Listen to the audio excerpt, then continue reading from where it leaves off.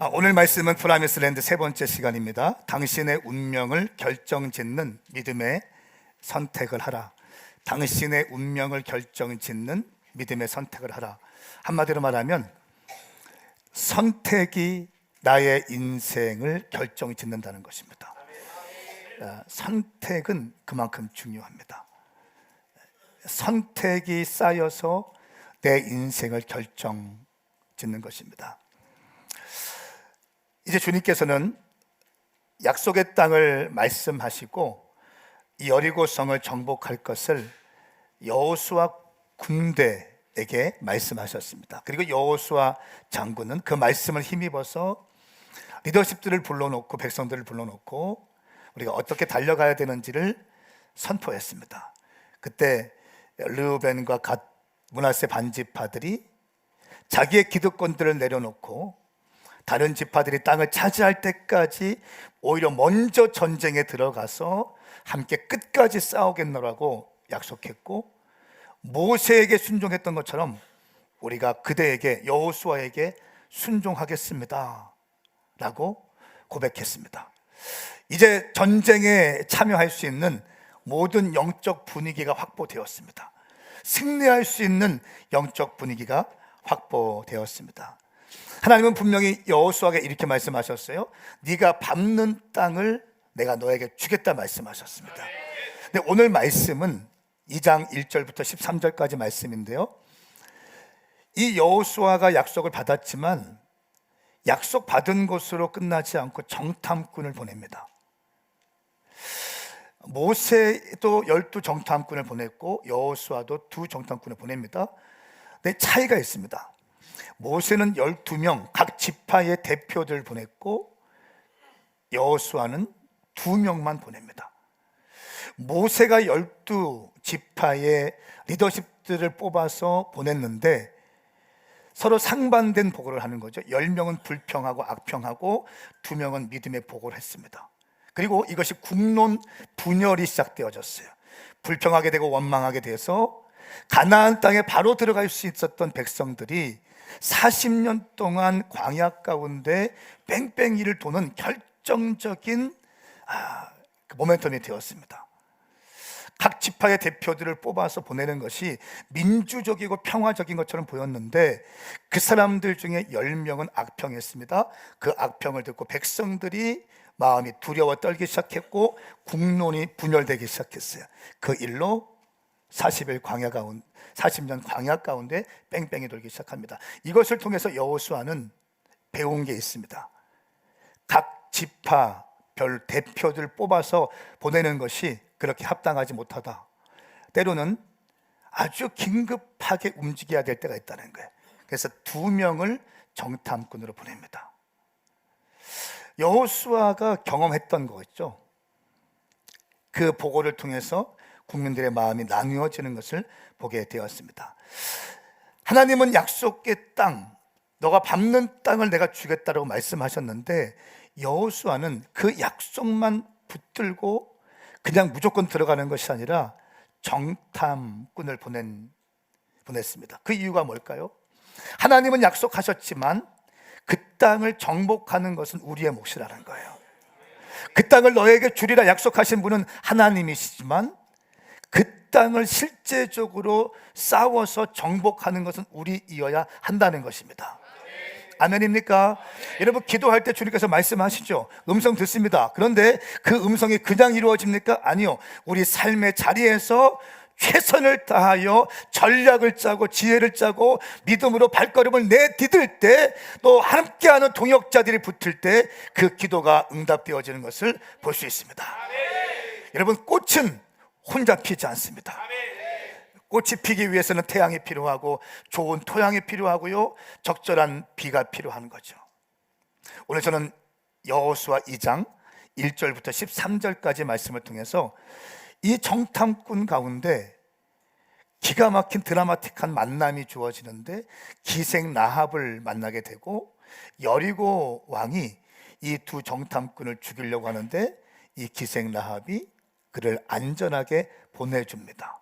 근데 이 사건이 믿음의 사건이고 구원의 사건이라고 성경은 증언하고 있어요.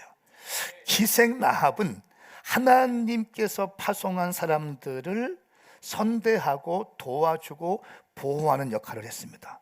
이것이 믿음이었다고 성경은 말씀하고 있어요. 선택.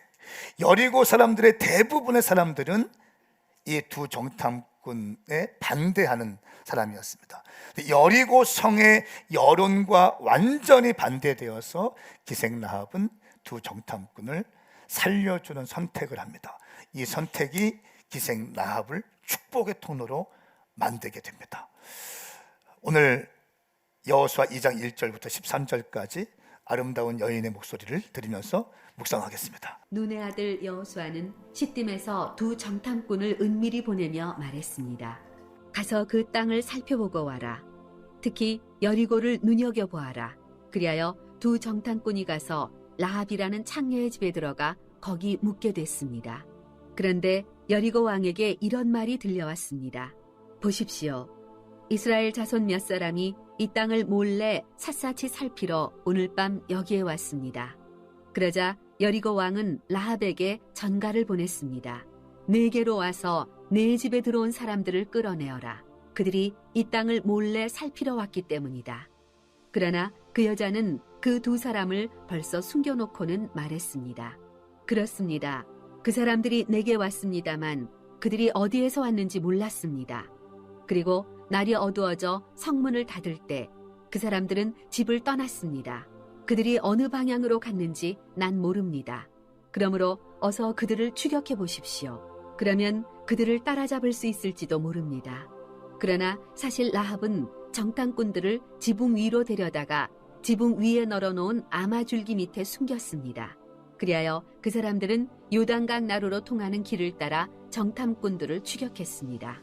정탐꾼들을 쫓아 추격하던 사람들이 나가자마자 성문이 닫혔습니다. 정탐꾼들이 잠자리에 눕기 전에 라합이 지붕 위로 올라가 그들에게 말했습니다. 나는 여호와께서 이 땅을 당신들에게 주신 것을 알고 있습니다. 당신들에 대한 두려움에 우리가 사로잡혀 있고 이 땅에 사는 모든 사람들이 당신들 때문에 간담이 서늘해져 있습니다. 당신들이 이집트에서 나올 때 여호와께서 당신들을 위해 어떻게 홍해의 물을 말리셨는지, 당신들이 요단강 건너편 아모리 사람의 두 왕 시혼과 옥을 어떻게 진멸시켰는지에 대해 우리가 들었습니다. 우리는 그 소식을 듣자마자 마음이 다 녹아내렸고 당신들 때문에 모두 용기를 잃었습니다. 당신들의 하나님 여호와는 위로는 하늘과 아래로는 땅의 하나님이시기 때문입니다. 이제 여호와를 두고 내게 맹세해 주십시오. 내가 당신들에게 자비를 베풀었으니 당신들도 내 아버지의 집에 자비를 베풀어 주십시오. 그리고 내게 확실한 징표를 주십시오. 내 부모와 내 형제 자매들의 목숨을 살려주고 그들이 가진 모든 것을 지켜주며 당신들이 우리 생명을 죽음에서 구원해 주시기 바랍니다. 아멘. 이 말씀은 저와 여러분들 향한 하나님의 말씀입니다. 자, 이 여리고 성에 두 정탐꾼이 파송되어졌는데 거기에 드라마틱한 만남이 준비되어져 있어요. 기생 라합이라고 성경은 말씀하고 있습니다. 라합은 기생이었습니다.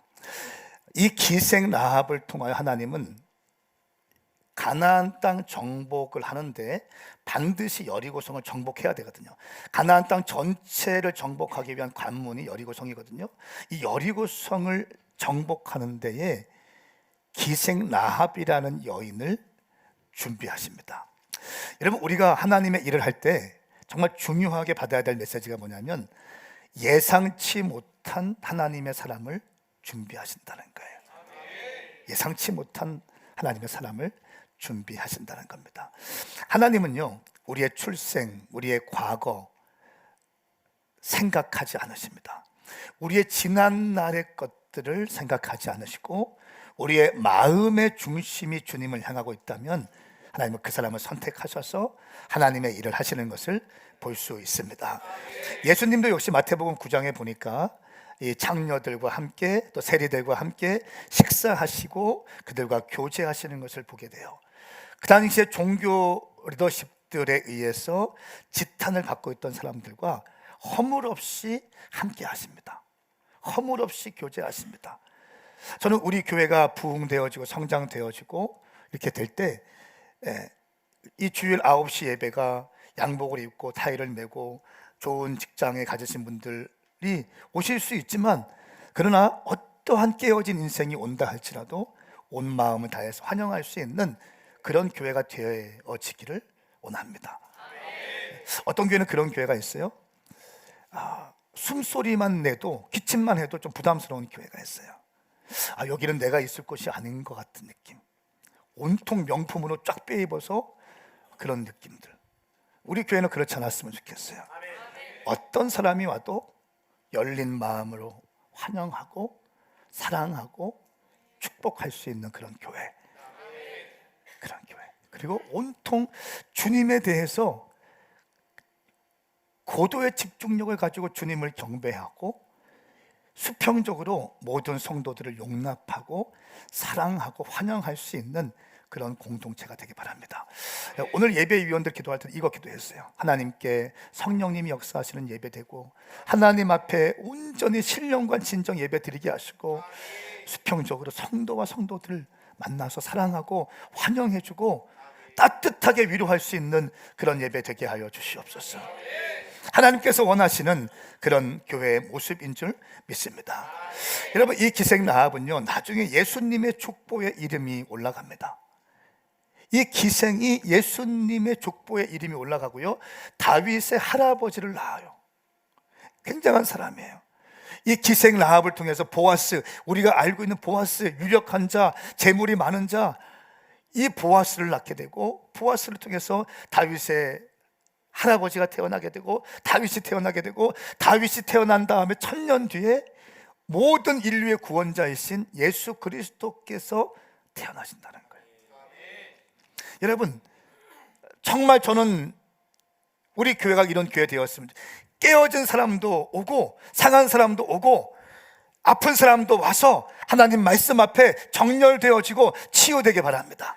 그리고 회복되어지게 바랍니다. 그리고 세상에서 경험할 수 없는 하나님의 풍성하신 사랑을 경험할 수 있는 교회가 되기를 예수님의 이름으로 축복합니다. 이 기생 라합은요, 신약 성경에서 여호수아보다 더 많이 언급될 정도로 굉장히 귀하게 존중을 받습니다. 여호수아, 가나안 땅을 정복했던 모세의 후계자보다 신약 성경에서 기생 라합이 더 많이 언급되어져요.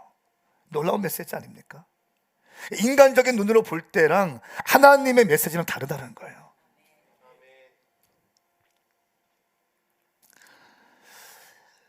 우리를 구원하시기 위한 하나님의 섭리가 있습니다. 하나님은요, 역사를 통해서, 이 하나님의 역사는 만남을 통해서 이루어지십니다. 사도행전 16장 말씀에 사도 바울과 루디아가 만나서 유럽 선교의 문이 활짝 열리게 되죠. 빌립보의 비즈니스하러 왔던 자주장사 루디아를 통해서 이 사도 바울이 복음을 증거할 때 루디아의 마음이 뜨거워져서 복음을 영접하게 되고 가정교회를 오픈하게 돼요. 그 빌립보 가정교회를 통해서 놀라운 역사가 일어나기 시작합니다. 유럽 선교의 문이 활짝 열리게 되는 계기가 됩니다. 요한복음 1장 말씀에 보니까 시몬은 예수님을 만난 계기로 제자가 되어서 물고기 잡는 인생이었는데 예수님을 따라다니면서 사람을 낚는 어부가 되고요, 초대교회의 큰 간을 세우고 초대교회 부흥의 놀라운 주역으로 쓰임받게 되어집니다. 하나님의 역사는 만남을 통해서 이루어집니다. 여러분, 그러므로 이 만남을 결코 경히 여기지 마십시오. 만남은 너무너무 소중한 것입니다. 제가 박순애 전사님, 이영환 목사님, 또 주성민 목사 이런 분들 교제하면서 느끼는 게 뭔지 아세요? 만남을 너무 소중하게 여기신다는 거예요. 제가 예전에 집회 가면 그냥 집회만 하고 왔는데 요즘에는 그렇게 안 해요. 집회하면 꼭 연락드리고 교제하고 또 안부도 묻고 이런 거를 저도 배우게 되더라고요. 왜요? 한 번 만남이 너무 중요하다는 거예요. 아멘입니까? 여러분, 우리 오메가 교회에서 함께 DNA를 이루고 있고 함께 새가족 모임을 하고 있고요, 함께 집사로서 권사로서 하나님의 몸된 교회를 섬기고 있는 이 만남들이 너무 소중한 만남입니다. 할렐루야. 하나님은 만남을 통해서 일하십니다. 한번 앞뒤 좌우 인사하시겠어요? 하나님은 만남을 통해서 일하십니다.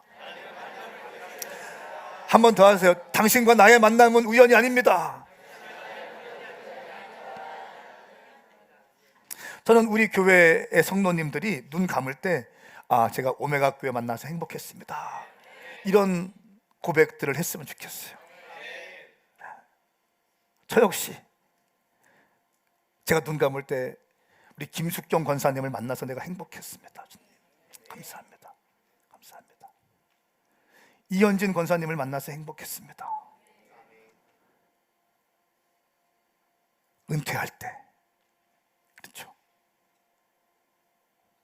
이런 고백들, 만남의 복은 굉장히 중요합니다.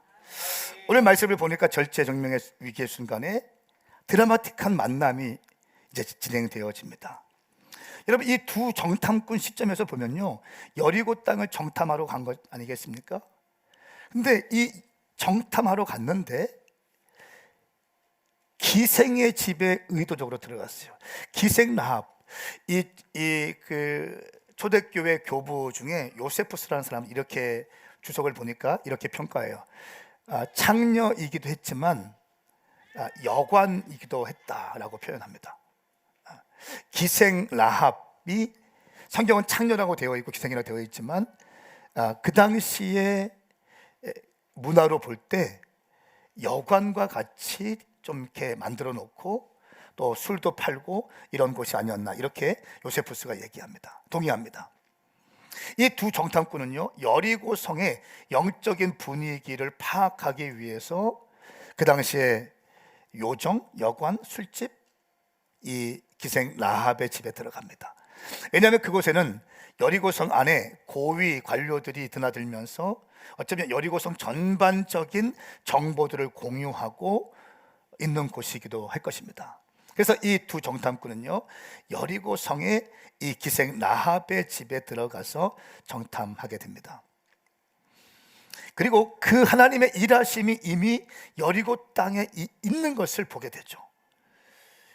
홍해를 건너왔고 또 전쟁에서 크게 승리했던 이스라엘 군대의 소식을 듣고 이미 여리고 땅에 간담이 서늘해져 있다고, 간담이 서늘해져 있다고 하면서 두려워하고 있다는 것을 듣게 됩니다.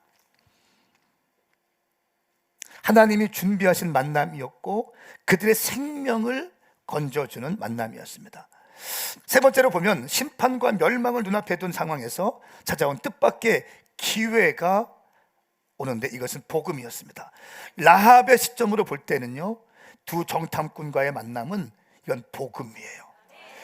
저주받아서 죽을 수밖에 없는 이 여리고 성 가운데 두 정탐꾼이 자기의 집을 찾아왔다는 것은 복음을 받아들이는 놀라운 기회가 되었습니다. 생명을 살릴 수 있는 기회가 된 것입니다. 여러분, 여리고성의 분위기는 겉으로 태어난 척하고 있었지만 여리고성에 있는 모든 사람들은 너무나 두려운 나머지 간담이 녹고 정신을 잃을 정도였다라고 성경은 말씀하고 있어요. 홍해를 마르게 한 일과 아모리 두 왕 시온과 옥을 전멸시킨 일을 들었기 때문에 하나님의 군대, 하나님의 사람들이 위험 있게 다가온 거예요. 그래서 여리고성 백성들이 두려워했다는 것입니다. 그런 이 여리고성 사람들 가운데 기생 라합과 그의 가족들은 그런 위기 속에서 용감하게 여호와의 신앙을 선택하게 되고 최초로 개종하게 되는 놀라운 역사를 경험하게 됩니다. 여리고성에 있는 사람들 가운데 최초로 공식적으로 하나님을 선택하고 하나님을 믿기로 결정하는 개종자가 되어집니다. 기생 라합의 입장에서 보면 엄청난 축복이고 이건 복음이었습니다. 기생 라합은요, 하나님을 경외하는 마음이 생기게 되었습니다. 이 사람은 여리고 사람들의 관점이 아니라 하나님의 관점으로 이 일들을 보기 시작합니다. 여리고 사람들은 두 정탐꾼을 스파이로 생각했을 겁니다. 왕도 그랬어요. 그런데 이 기생 라합은 두 정탐꾼을 구원자로 바라봐요. 여리고 도성의 입장에서 보면 라합은 이적 행위자입니다. 기생 라합은 여리고성이 여론을 따르지 않고 하나님의 편에 서는 것을 결정합니다. 여러분, 하나님의 편에 선다는 것은 너무 중요한 겁니다. 전체 도시가 심판받을 때는요, 이 편 저편에 서는 거 아닙니다. 하나님 편에 서야 됩니다. 저는 우리 4월 달에 총선이 있지 않습니까? 지금 뭐 이렇게 많은 정보들이 쏟아지고 있잖아요. 제가 정치적인 얘기 가끔 간혹 절제하려고 하는데, 선택할 때 누굴 선택하시겠어요? 하나님의 편에 따르는 사람 선택하셔야 됩니다. 그것이 하나님의 일을 하는 사람인 거예요. 성경적 가치와 기준에 공약을 내고 정책을 내는 사람들을 투표하셔야 됩니다. 학연과 지역과 지역 이런 거 아닙니다. 하나님의 사람들이 선택할 때는 믿음으로 선택하셔야 되고요, 그 기준은 성경이 되어야 합니다. 정당이 아니에요. 호남은 뭐 민주당 이런 거 아닙니다. 경상도는 국힘 이런 거 아닙니다. 하나님의 말씀의 기준으로 우리는 국회의원을 선출해야 될 줄 믿습니다.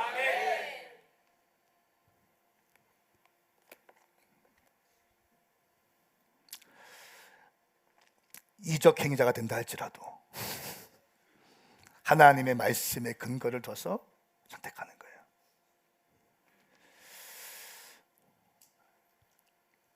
위기의 상황 가운데 우연 같은 필연으로 실수 없이 선을 이루시는 하나님의 섭리가 또 있습니다. 하나님의 시점이에요. 전지적 작가 시점. 모든 것을 다 알고 계시고 하나님은 이 위에서 보고 계시잖아요. 두 정탐꾼과 기생라합이 만나고 기생라합이 숨겨주고 이 두 정탐꾼이 생명을 연장하게 되고, 나중에 기생라합을 통해서 다윗의 할아버지가 태어나고 다윗이 태어나고 천년 뒤에 예수님이 태어나고, 천지적 작가 시점이에요. 여러분, 우리 인생은 내 시점, 우리는 내 입장으로 밖에 볼 수 없죠. 목사는 목회자의 입장으로 볼 수 있고 성도들은 성도의 입장으로 볼 수 있어요. 그런데 하나님은 위에서 보시는 거예요. 그러면 우리의 모든 선택의 기준은요, 하나님의 기뻐하시는 뜻이 될 수 있기를 예수님의 이름으로 축복합니다. 성경은 라합의 선택을 믿음과 순종으로 간주합니다. 라합의 운명을 결정짓는 순간이었어요. 이 두 정탐꾼을 받아주고 이 두 정탐꾼을 살려준 것은 그냥 인도적인 차원이 아니라 야훼 신행을 받아들였기 때문에 할 수 있었던 결정인 거예요. 근데 이 결정이 기생 라합의 운명을 바꿔놓습니다. 여러분, 사실 기생, 창녀, 어떤 입에 담기도 좀 불편한 단어 아닙니까? 술 따라주는 여인 아니에요? 남자의 품에 있는 여인 아닙니까? 어쩌면 여인으로서 가장 비참한 삶을 살고 있는 사람입니다. 가장 비참하고 가장 안타까운 삶을 사는 여인이 기생 라합일 겁니다. 근데 이 기생 라합이 하나님에 대한 소식을 듣게 됩니다. 하나님이 일하시는 소식을 듣게 돼요. 그 들음이 이 기생 라합에게 믿음을 만들어냅니다. 여러분, 그러므로 믿음은 들음에서 난다고 성경은 말씀하고 있어요. 로마서 10장 17절 말씀 우리 함께 읽겠습니다. 시작. 그러므로 믿음은 들음에서 나고 들음은 그리스도의 말씀에서 납니다. 아멘. 여리고에 퍼진 하나님에 대한 소문이 이 기생 라합의 소리의 귀에 들렸다는 것입니다. 많은 사람들이 그 소식을 들었어요. 그런데 그 소식을 들은 기생 라합은 그 소식을 들을 뿐 아니라 듣는 순간 하나님에 대한 경외함이 부어지기 시작했어요. 하나님에 대한 열망이 부어지기 시작했어요. 나도 하나님 만나면 내 인생을 새롭게 시작할 수 있을 텐데, 나도 하나님 만나면 내 인생에 새로운 돌파가 있을 텐데, 나도 하나님 만나고 싶다. 할렐루야. 나도 하나님의 편에 서고 싶다. 이런 믿음이 기생 라합 가운데 들어가게 되었습니다. 여러분, 9절 말씀부터 11절 말씀, 오늘 2장 말씀의 핵심인데요, 기생 라합이 어떻게 반응했는지가 잘 나와 있습니다. 우리 9절부터 11절까지의 말씀을 함께 봉독하겠습니다. 시작. 그들에게 말했습니다. 나는 여호와께서 이 땅을 당신들에게 주신 것을 알고 있습니다. 당신들에 대한 두려움이 우리를 급습해 이 땅에 사는 모든 사람들이 당신들 때문에 간담이 서늘해져 있습니다. 당신들이 이집트에서 나올 때 여호와께서 당신들을 위해 어떻게 홍해물을 말리셨는지, 당신들이 요단강 건너편 아모리 사람의 두 왕 시온과 옥을 어떻게 진멸시켰는지에 대해 우리가 들었습니다. 우리는 그 소식을 듣자마자 마음이 다 녹아내렸고 당신들 때문에 모두 용기를 잃었습니다. 당신들의 하나님 여호와는 위로는 하늘, 아래로는 땅의 하나님이시기 때문입니다. 아멘. 여러분 9절 말씀에 나는 여호와께서 이 땅을 당신들에게 주신 것을 알고 있습니다. 알고 있습니다. 보세요. 여리고 성에 있는 기생 라합이 두 정탐꾼에게 하는 말이에요. 나는 여호와께서 이 땅을 당신들에게 주신 것을 알고 있습니다. 알고 있는 거예요. 근데 이 알다라는 그 히브리 말이 야다입니다. 야다. 알고 있다, 알다, 이해하다, 발견하다 이런 의미예요. 근데 이런 의미를 더 뛰어넘어서 안다는 야다라는 것은 언어적 의미를 보니까 부부 관계에서 남편이 아내를 알고 아내가 남편을 아는 것 같은 친밀함을 의미해요. 단순히 정보를 들은 것이 아니라 정보를 들어서 아는 것이 아니라 만나고 경험한 자의 고백인 거예요. 할렐루야. 근데 이 기생 라합이 나는 여호와께서 이 땅을 당신들에게 주신 것을 알고 있습니다 라고 말해요. 소문을 대충 들은 다음에 선택한 것이 아니라 하나님이 하신 일에 대한 깊은 이해와 상고 끝에 내린 결정이라는 거예요. 하나님이 일하신 것을 내가 듣고 그것을 묵상하니까 하나님께서 여리고 성을 하나님의 백성들을 주겠다라고 하는 믿음이 라합에게 생기게 된 것입니다. 어떻게 하나님을 알게 되었고 어떻게 하나님을 만나게 되었는지 10절 말씀에 또 설명합니다. 당신들이 이집트에서 나올 때 여호와께서 당신들을 위해 어떻게 홍해의 물을 말리셨는지, 당신들이 요단강 건너편 아모리 사람의 두 왕 시온과 옥을 어떻게 진멸하셨는지에 대해서 우리가 들었습니다. 홍해를 건넌 것, 아모리 왕을 깨뜨린 것 우리가 들었습니다. 듣다라고 하는 것은 사마 또 쉐마라고 합니다. 이해하다, 순종하다라고 하는 의미가 있어요. 이 하나님에 대한 소식을 들었기 때문에 이 소식과 이 사건이 내게 실제로 역사하기 시작하게 되었고 나는 하나님을 알게 되었습니다 라고 하는 거예요. 단순한 정보 수집한 것이 아니라 그 소식을 통해서 하나님을 만나게 된 것입니다. 사랑하는 여러분, 오늘 이 메시지가 여러분들에게 단순한 사운드가 아니라 하나님을 야다할 수 있는 계기가 되길 축복합니다. 하나님을 알 수 있는 하나님의 선하신 분이라는 것, 약속을 성취하시는 분이라는 것을 믿음으로 체험하고 돌아갈 수 있기를 예수님의 이름으로 선포합니다. 이 기생 라합은요, 하나님에 대해서 듣게 되고 알게 되었습니다. 그리고 행함으로 바로 움직이게 됩니다. 하나님의 보내신 사람들을 보호하고 의롭다 인정함을 받게 됩니다. 살려주는 거죠. 보호해주는 거죠. 야고보서 2장 25절 26절 말씀에는 이렇게 평가해요. 이와 같이 창녀 라합도 첩자들을 숨겨주고 다른 길로 가게 했을 때에 행함으로 의롭다 인정받지 않았습니까? 기생 라합은 들었어요. 알게 되었어요. 알고 멈춰 있는 것이 아니라 행동했다는 거예요. 하나님이 보내신 사람들을 보호하고 하나님이 하실 일편에 서기로 결정했다는 것입니다. 여리고성 전체의 분위기에 휩쓸려 가는 것이 아니라 하나님의 편에 서기로 결정했다는 거예요. 하나님의 사람을 선대하기로 결정했다는 거예요. 아모리 왕에게 걸렸으면 그냥 죽임을 당하는 거 아니겠어요? 생명을 걸고 믿음의 행동을 기생 라합이 하게 됩니다. 그러면서 이렇게 말씀하고 있어요. 야고보서 2장 26절 말씀에 마치 영혼 없는 몸이 죽은 것 같이 행함이 없는 믿음도 죽은 것입니다. 행함 있는 믿음을 강조하기 위해서 바로 윗절에 기생 라합의 믿음의 결정과 선택을 기록해요. 사랑하는 여러분, 저는 우리 오메가 교회가 우리 교회를 보면은 로컬 처치이지만 선교단체와 같은 느낌이 좀 있잖아요. 어느 선교단체보다 선교를 많이 하고 많이 나갑니다. 어느 선교단체보다 훈련이 많고 티칭이 많아요. 할렐루야. 우리 교회 좋지 않으십니까? 많이 알고 많이 배웠지만 또 중요한 것이 뭐냐면 행동하는 거예요.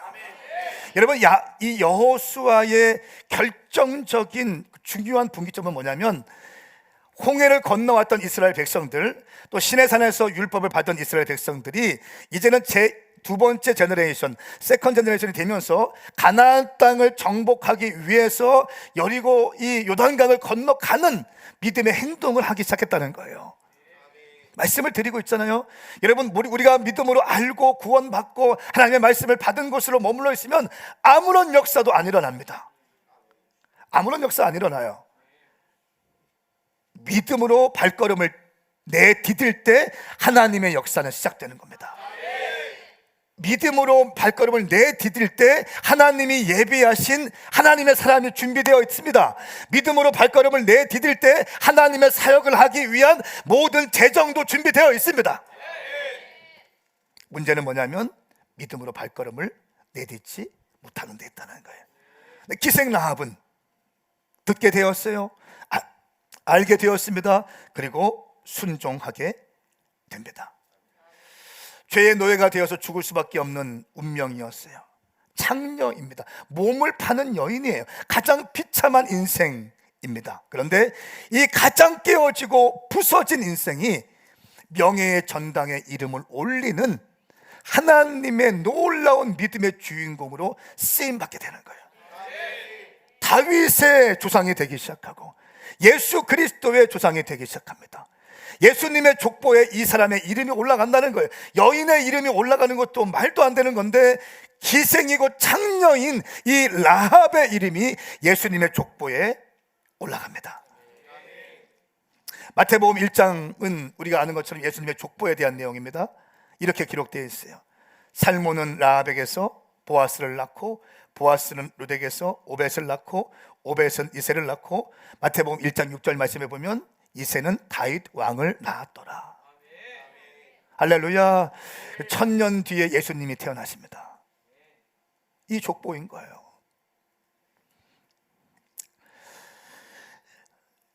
여러분, 1960년대에 놀라운 소식이 하나가 있었죠.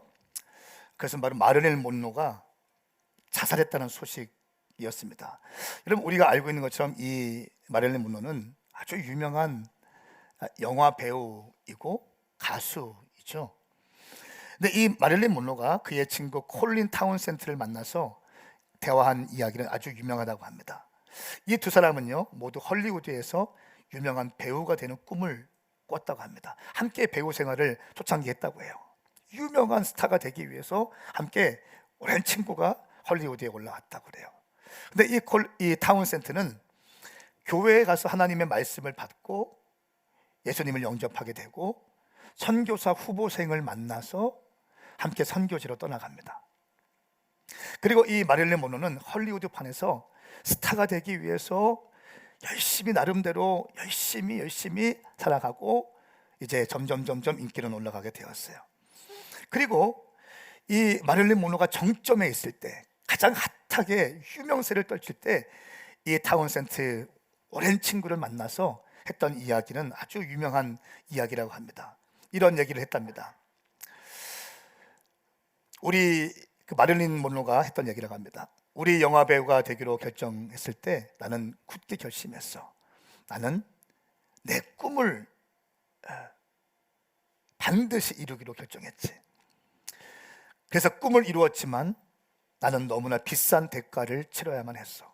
나는 지금 이 세상에서 가장 비참하고 불행한 사람으로 살고 있어. 이런 대화를 했다고 그래요. 그리고 얼마 후에 1962년 8월 달에 스스로 목숨을 끊습니다. 온갖 종류의 마약과 알코올 중독들이 되고 스스로 목숨을 끊었다고 합니다. 마릴린 monroe의 선택한 결과입니다. 배우가 되는 게 나쁜 게 아니죠. 가수가 되는 게 나쁜 게 아니죠. 얼마든지 그 자리에서 하나님께 영광을 돌릴 수 있는 자리입니다. 여러분, 그런데 우리가 중요한 것은 내가 어떤 것인지 선택할 때 선택의 동기가 중요하다는 거예요. 내가 사업을 할 때 사업을 내가 왜 하는가? 내가 목회를 할 때 목회를 왜 하는가? 내가 신학을 할 때 신학을 왜 하는가? 선교사가 왜 되려고 하는가? 내가 왜 돈을 벌려고 하는가? 내가 왜 취업을 하려고 하는가?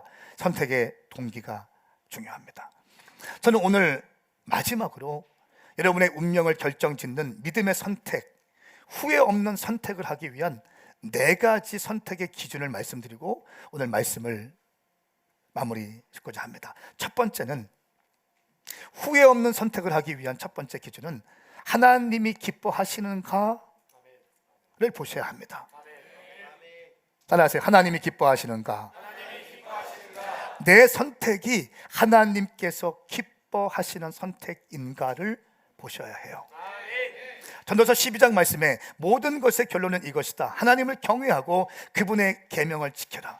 이것이 사람의 본분이다. 하나님께서는 선악간의 모든 행위를 그 숨은 일까지도 낱낱이 심판하신다. 선택할 때 하나님이 기뻐하시는 것이 무엇인가?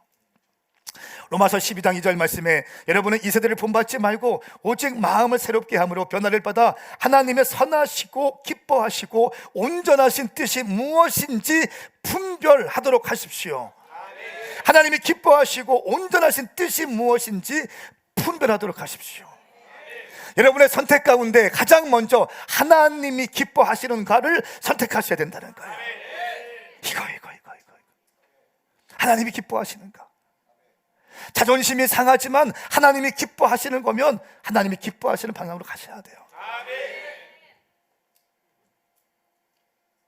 자존심이 상하지만 억울하지만 하나님이 기뻐하시는 것이 이것이라고 한다면 이거 하셔야 되는 거예요. 우리 인생이 꼬이는 결정적인 이유가 뭔지 아세요? 내 뜻대로 하기 때문에 그래요. 내 기분과 내 감정과 내 뜻대로 하기 때문에 인생이 꼬이기 시작하는 거예요. 이걸 불순종이라고 하죠.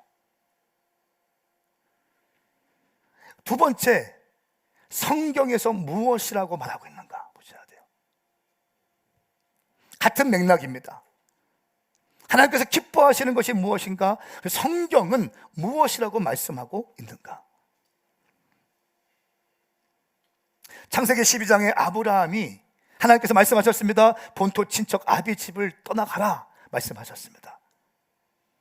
그리고 아브라함은 믿음으로 발걸음을 내딛기 시작합니다.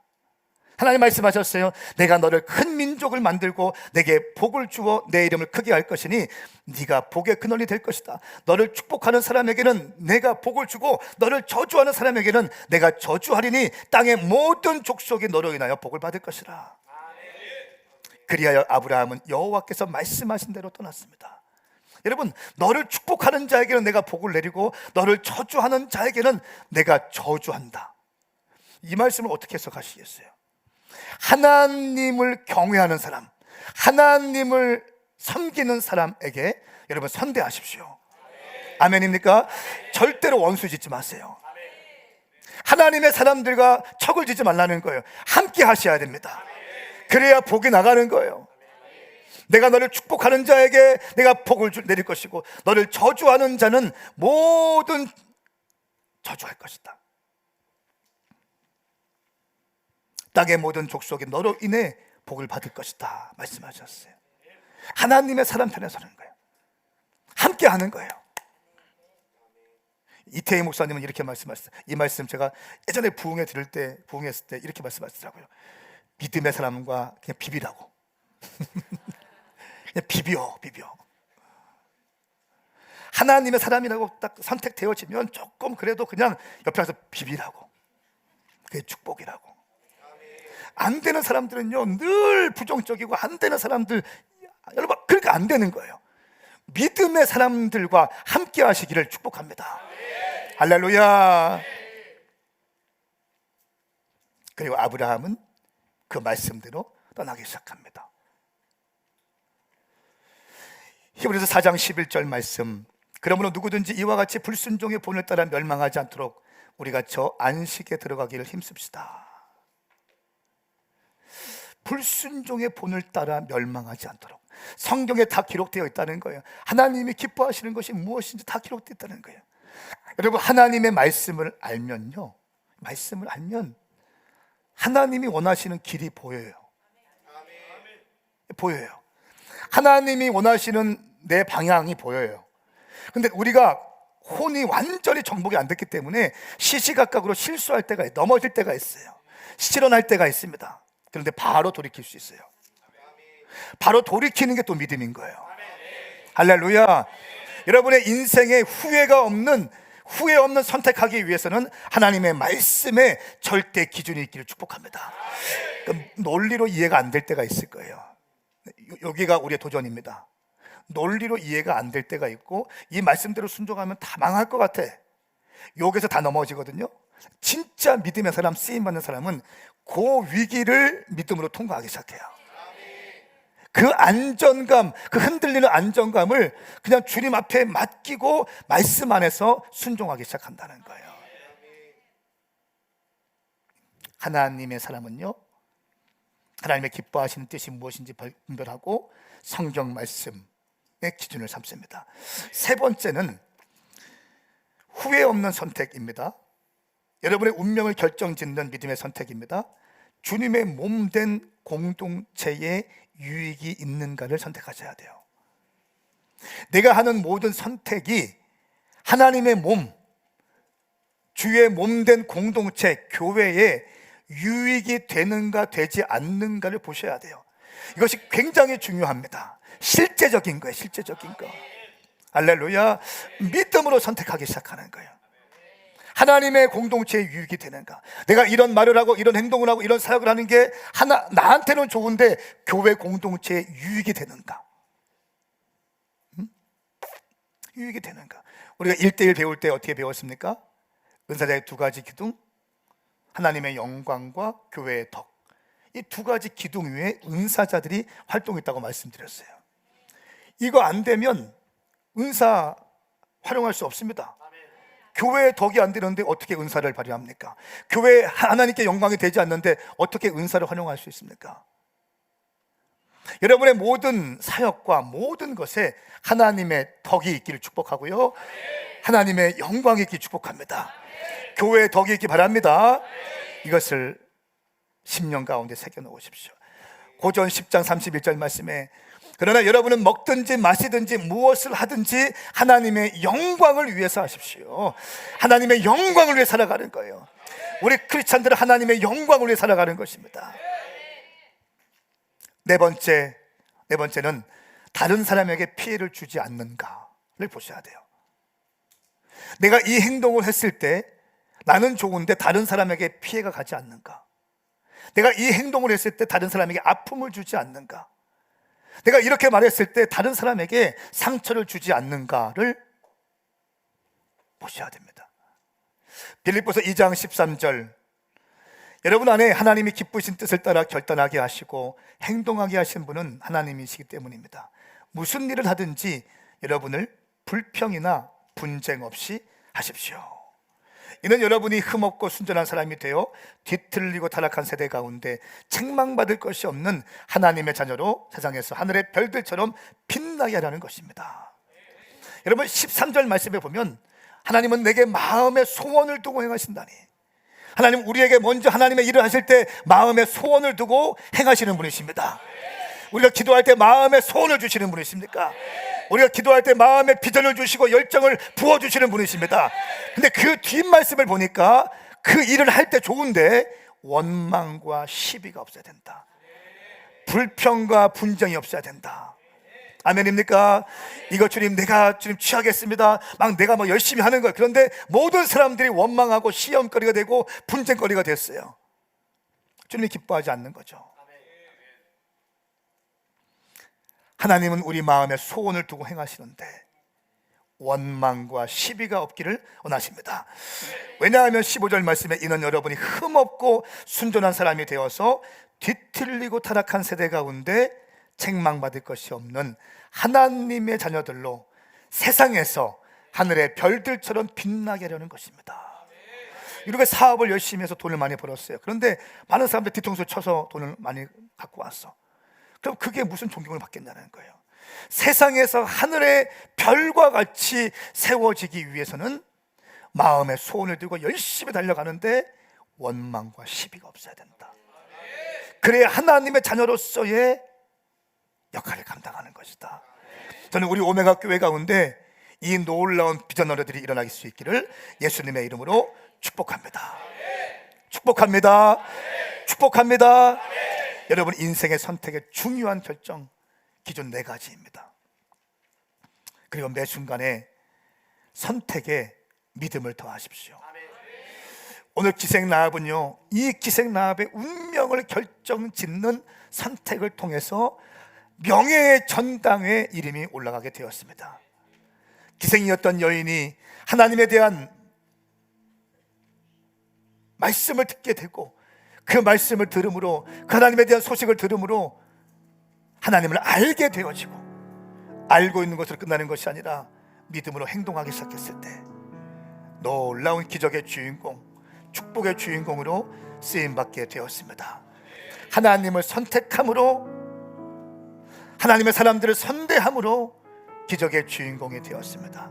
저는 우리 오메가 교회 모든 성도님들이 이 험한 세상에서, 많은 정보들이 쏟아지는 이 세상에서, 많은 유혹이 있고 미혹이 있는 이 세상살이 가운데 영원히 흔들리지 않는 하나님의 말씀을 기준으로 삼아서 매사에 선택할 수 있기를, 원망과 시비가 없는 선택할 수 있기를, 그 비전의 일을 선택할 수 있기를 예수 그리스도의 이름으로 선포합니다.